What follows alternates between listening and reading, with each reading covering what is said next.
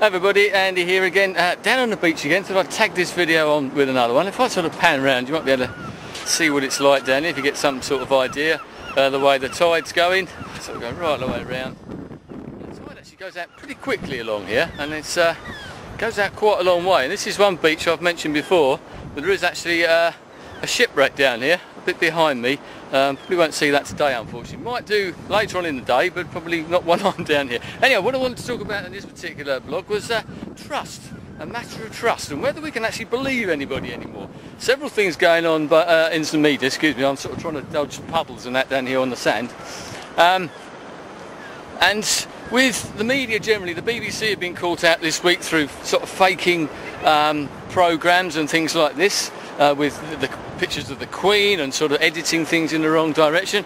Other TV companies over here in the UK have been accused of distorting programmes and not telling the whole truth and nothing but the truth, so we say.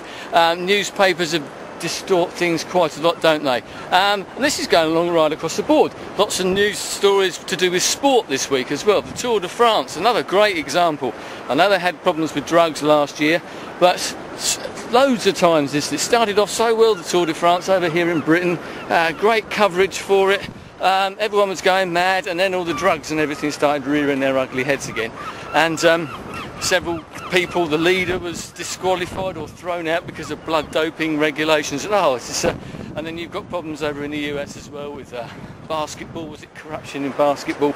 Other things going on in baseball and all your sort of major sports. And we've had drug testing, we've had allegations of drugs in golf recently from Gary Player, I believe it was as well. And so can we actually trust anybody anymore, anywhere? I mean, we've always had this thing about politicians, I know that, haven't we? Nobody ever trusts politicians. Well, there's probably a very good reason for that, isn't there? Historically, we've been led down the garden path so many times. But one thing that struck me, especially with the BBC things, with the TV programmes, why do people fake things? It must be pretty obvious to them that they are doing something that's wrong. They are distorting the truth. There's no argument, you know you're doing it willingly, you're editing something and doing a willing act, shall we say. So why can't you recognise that you are actually faking it, and what do you hope to gain by faking it? What is it nowadays that compels all these people to fake? Cheat, basically. I suppose there is the argument now that if you think everybody else is cheating, so I might as well do it as well, in sports.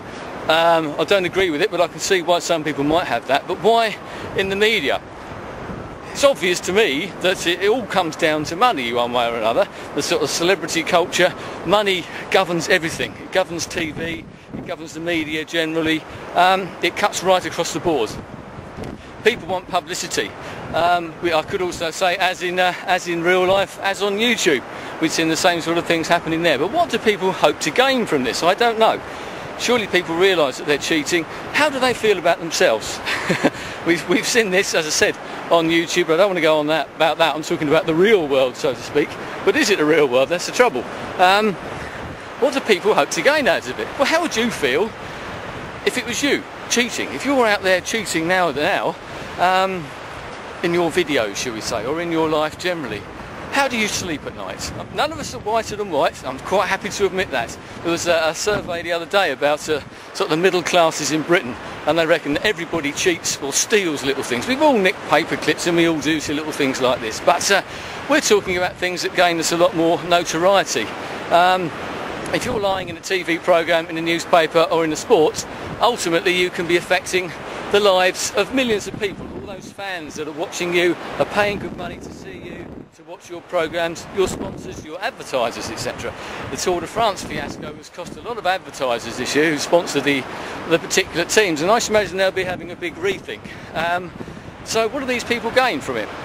How would you feel if you're faking it and you get caught? I know we've had that on YouTube and it doesn't seem to have made any difference. Sometimes it creates news in itself, so it's sort of self-perpetuating. But anyway, that's what I wanted to say. I wanted to get off my chest. I've got a sort of a follow-up to this in a way as well. But if you're faking it, how do you sleep? What do you think you're doing that's good about it? Why do you do it? Why do you think other people do it?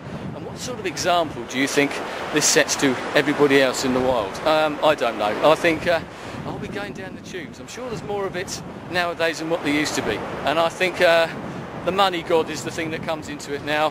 Money is such a big thing right across the board. We all like money, don't we? And we all want more money, and the celebrity lifestyles that we see make people want to sort of emulate that sort of thing more and more. Anyway, I think I've got that off my chest now. Thanks very much for your time. I shall speak to you again soon. Goodbye.